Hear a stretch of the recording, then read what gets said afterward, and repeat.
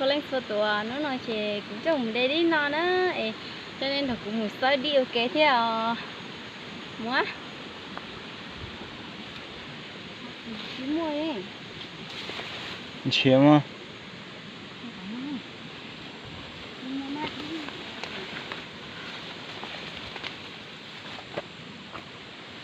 Hôm nay đi hái dưa nha các bạn ơi.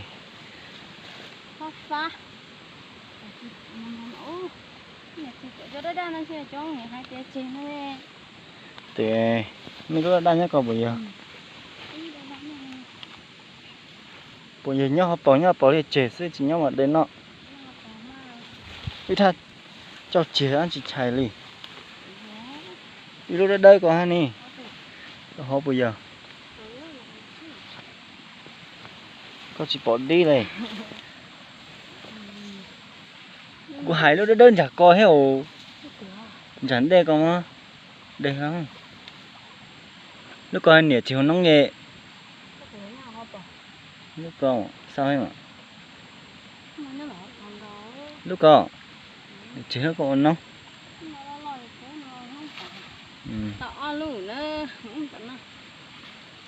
Được 2 cái dưa nhé các bạn ơi.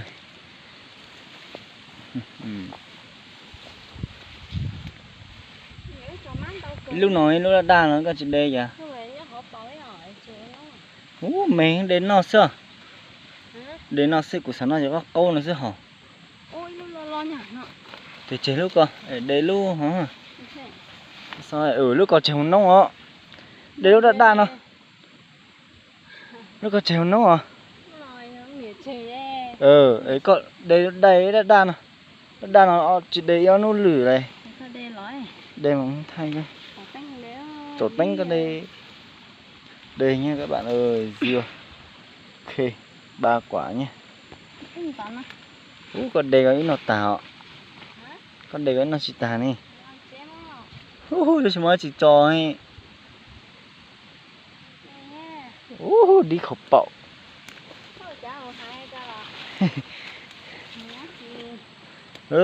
Thành quả trồng được mấy lâu nay các bạn ơi. Hôm nay có dưa rồi nha. Dưa rất là nhiều luôn nha, nhưng mà chứ mà thì đây ra. Đây các bạn. Nhiều dưa lắm nhá. Ai muốn ăn dưa thì cứ liên hệ với mình xích cho mọi người miễn phí, ăn miễn phí luôn nhá.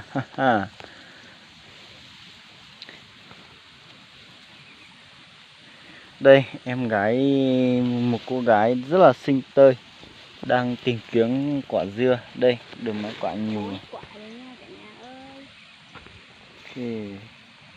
Trước trồng nó gây dưa nó nhiều thế mà nhở. Chiếm không? Phát hả?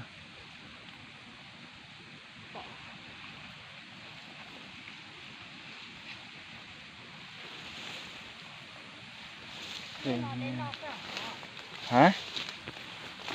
Cả tôi trụi luôn, tao đi nó chỉ bỏ đi. Hả? Tôi trụi luôn đi chỉ bỏ đi.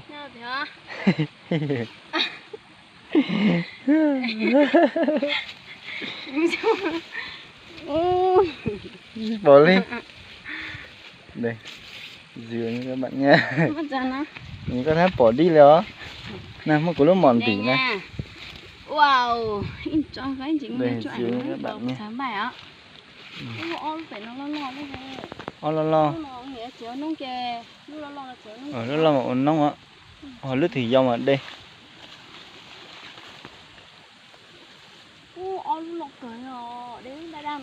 Một từ. Lướt thì đam ở đây là hay. Đâu anh xem nào. Đây này. Một quả to đây này, một quả to với lại cả quả to đây này. Đây nha các bạn ơi, dưa to quá ha. Ok. Để anh quay hay quả to cái này. Đây một quả bé cái này kìa, con lấy. Cái chung là quả âm cầm. Quả bé cái kìa, quả kia kìa. Đó, để đây nó ấy hết đấy. Đây nha, hay quả dưa to đồng ổn nè, tôi vừa vô nè. Lú lọt kìa hỏi ha. Chính là chè chấm lúc lo chưa? ô lúc lọt khởi tao coi nhỉ chỉ tao coi già cơ Mất xếp thật kìa. đây